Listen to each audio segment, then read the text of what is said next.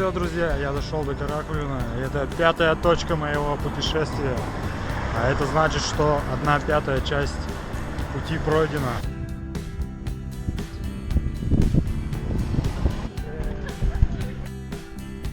Привет, друзья, мы снова в Каракулино. И сегодня у меня пополнение в команде. Приехала Маришка.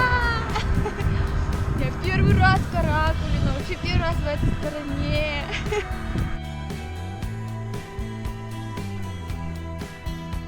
Сейчас мы находимся на площади Победы. Для Каракулино здесь вот такое вот огромное сооружение. Мемориального комплекса «Война землякам, павшим в Великой войне».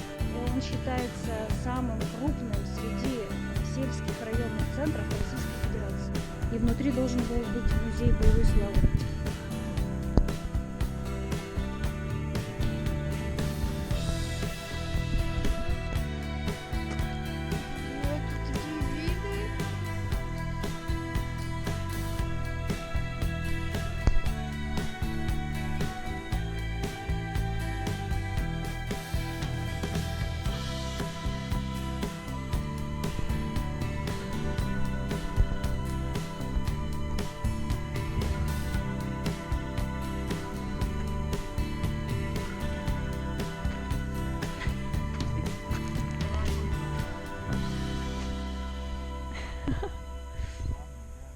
Давай.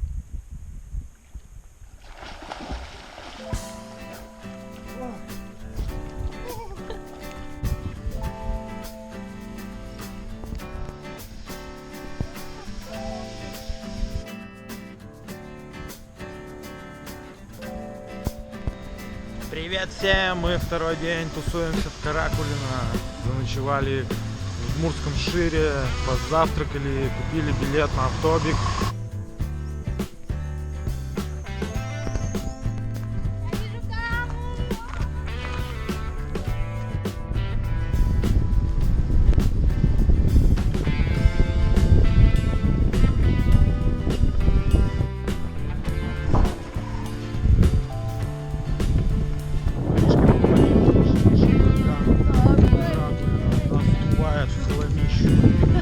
Еле стоим на ногах.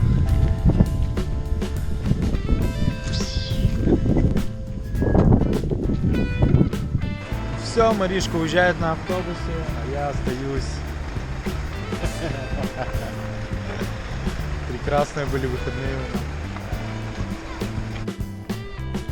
Утро понедельника, и сегодня в Каракулино базарный день. Посмотрим, какие товары продают на рынке.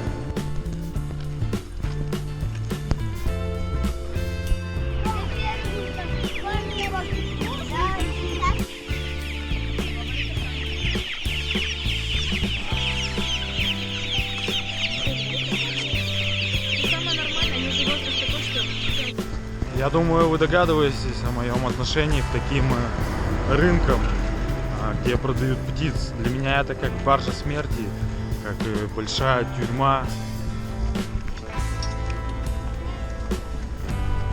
Но здесь продают различную одежду, еды, джинсы, кофты, шкетки.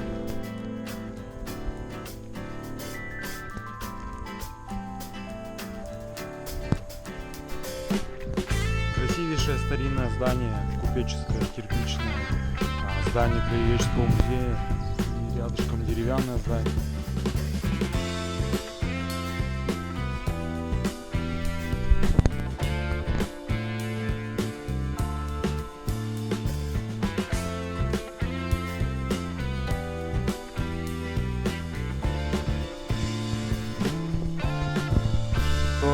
Это Центр декоративно-прикладного искусства ремесел. Он создан был в 1993 году с целью сохранения, возрождения и развития ремесел, которые существуют на территории нашего района.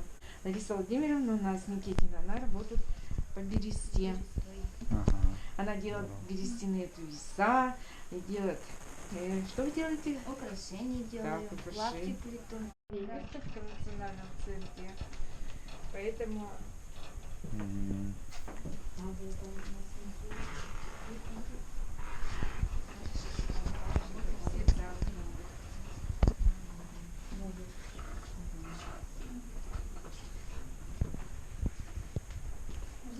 национальная в основном график, да? Атрибутика А. Удмуртия. Но у нас район по национальности русский. Едете в Норвегию, там увидите Там, Марию.